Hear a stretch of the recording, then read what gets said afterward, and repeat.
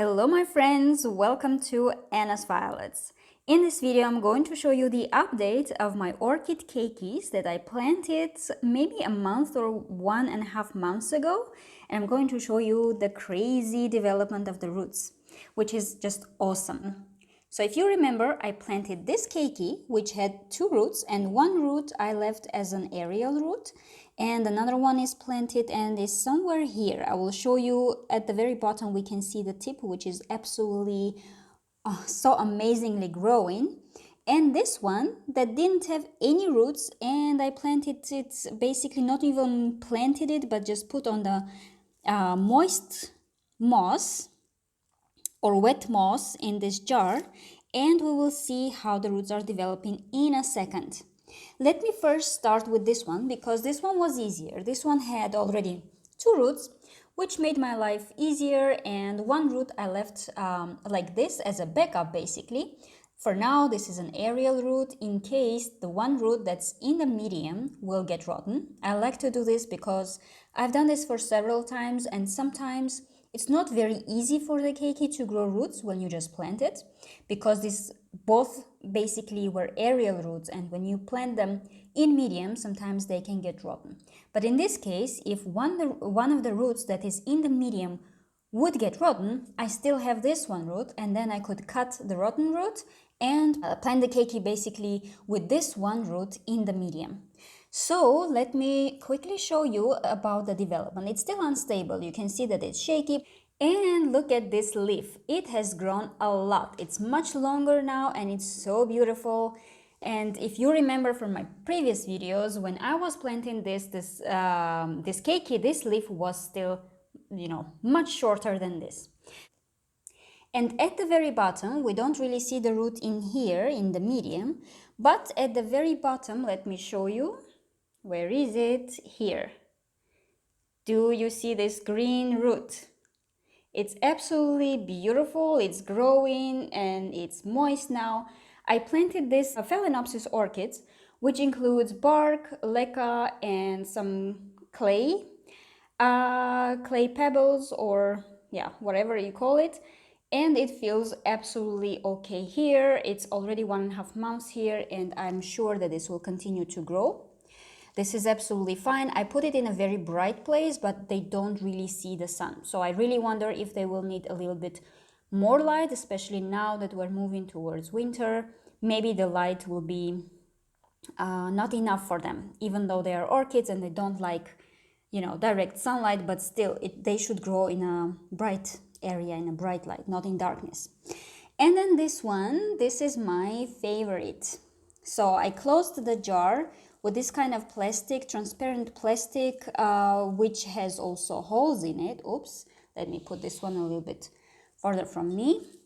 So it has a couple of, holes here for air ventilation, but it's also not like properly sealed in here because the jar, I could see that in the jar I have moisture, which is, enough for the plant. It should not be wet. It should be just moist and humid, the area around the plant.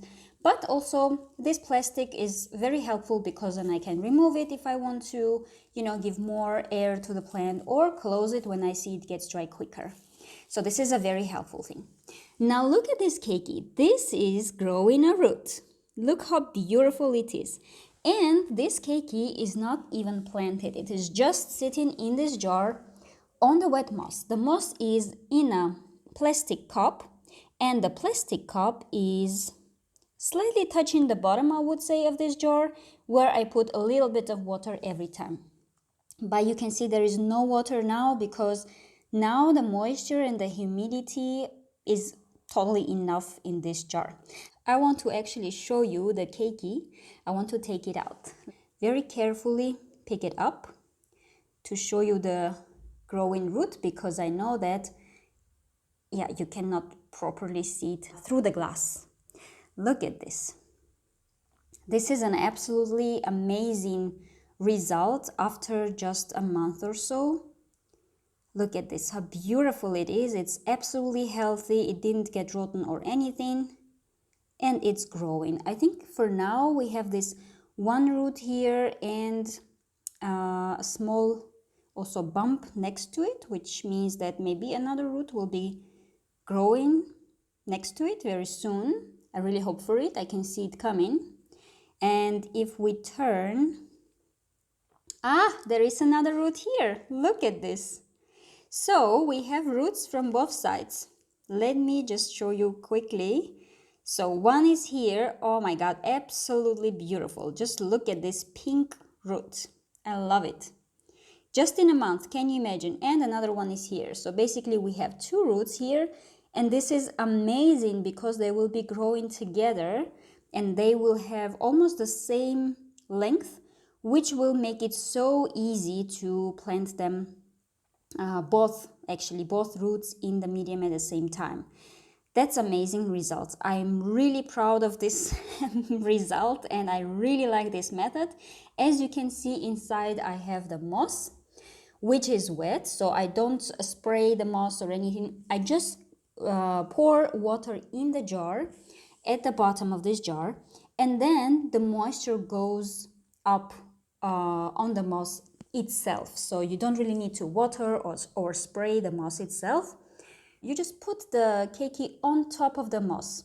Not basically how I did it, so let me just do it again and show you. I just put it in a way so that the leaves would touch the moss, but the base of the keiki would not touch the moss. So something like this. So it's kind of in the air, but it has the moisture. And look at this. So it's kind of amazing, slightly touching the moss, but not really deep in the moss, so that it doesn't get rotten or anything. And this is the perfect result in a month. I love it. I love it. So don't be scared if your keiki doesn't have roots when it's growing on your flower spikes. You can remove them anytime, especially if you notice that the flower spike is already getting a little bit brownish, getting dry already. When the flower spike gets dry, it means that the keiki will not really receive humidity through the flower spike. It will only get humidity from the air. And then that will be the right time already to plant it like this. It's not planting again, you just put it on a moss, but not in a way so that it touches, the base touches the moss, just like this. Awesome.